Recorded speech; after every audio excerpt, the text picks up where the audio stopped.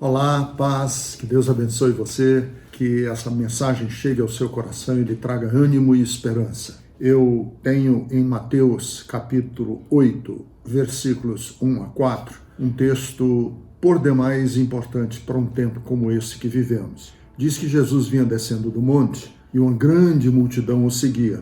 E um homem leproso.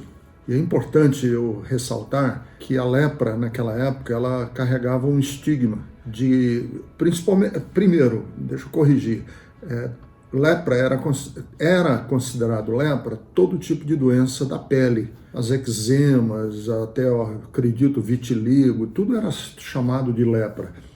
Obviamente, no mundo antigo, sem as informações médicas que temos hoje, as doenças de pele, de uma maneira geral, eram tratadas como lepra.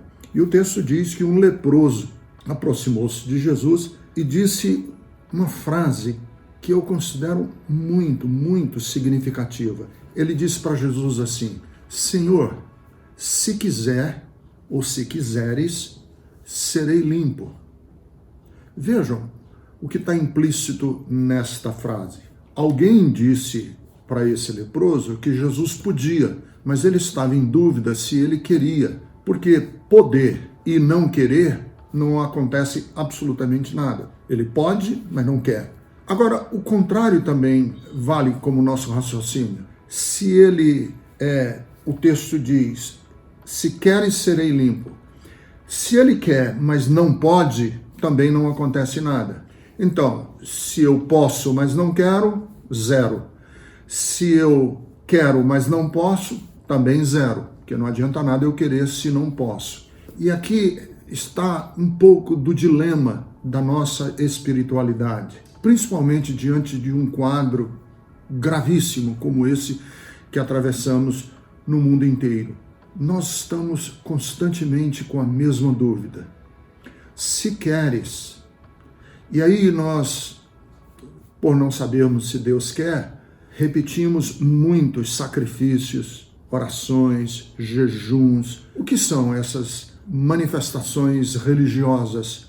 Eu vi vídeos e fotos de pessoas ajoelhadas em algumas cidades do Brasil ao meio-dia, no asfalto quente, clamando aos céus, porque parece que eles estão querendo vencer a relutância, estão gritando, se queres, por que tu não queres? E essa é uma visão terrível de Deus, como se Deus, até aquele dia da oração ou até aquele dia do jejum, estivesse frio, indiferente ou impedido, não é?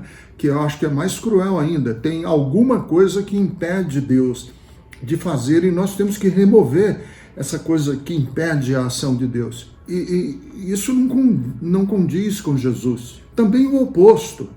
A gente diz assim, eu sei que Deus quer, mas ele não pode, porque ele tem algum propósito. Deus não pode agora fazer nada nessa Covid, porque ele tem que primeiro punir, ele tem que primeiro cumprir o propósito dele para que as profecias do fim do tempo se mostrem verdadeiras. Não, queridos, o nosso Deus é o Deus que está próximo de nós, ele quer sempre. A Bíblia nos diz que em Jesus nós temos sempre o sim e o amém de Deus. Deus não é uma divindade como Saturno, como Júpiter, ou uma divindade como Moloque, que no Antigo Testamento requeria o sangue, requeria sacrifícios imensos para poder agir. E Jesus responde àquele leproso: quero ser limpo. E esse quero é o retumbante, o definitivo sim de Deus para toda a humanidade. Deus quer. Acontece é que as nossas lógicas de compreensão desse quer de Deus, elas são intervencionistas e não são as lógicas do Deus que está irmanado conosco, que vai conosco através das nossas ações humanas e que está interpelando, chamando homens e mulheres a eles próprios, esses homens e mulheres de dentro da história, de dentro das circunstâncias, se manifestarem um sim de Deus. Você pode ser o sim de Deus para alguém que está morrendo de fome. Imagine hoje uma família que está morrendo de fome e clama aos céus e diz assim: Senhor, se queres, eu terei comida na minha mesa. E você chega lá com uma cesta básica. Você acolhe alguém com roupa. Ou você que tem, por exemplo, uma barraca em casa e você cede essa barraca para alguém que está dormindo ao relento, ter onde se abrigar. Esses homens e mulheres, essas manifestações, são o sim de Deus para a humanidade. Não, Deus quer mudar a história, mas o método que Deus vai mudar a história é sempre através da encarnação, é sempre através das ações humanas, é sempre com iniciativas de gente movida pelo Espírito Santo, animada pelo Espírito de Deus.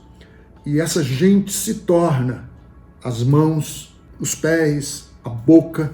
Eu espero hoje ser a boca de Deus para trazer alento para você. Então imagine-se no lugar deste leproso, você é essa leprosa, ou você é mulher, esse leproso, e você está dizendo assim: Senhor, se queres, eu serei tocado.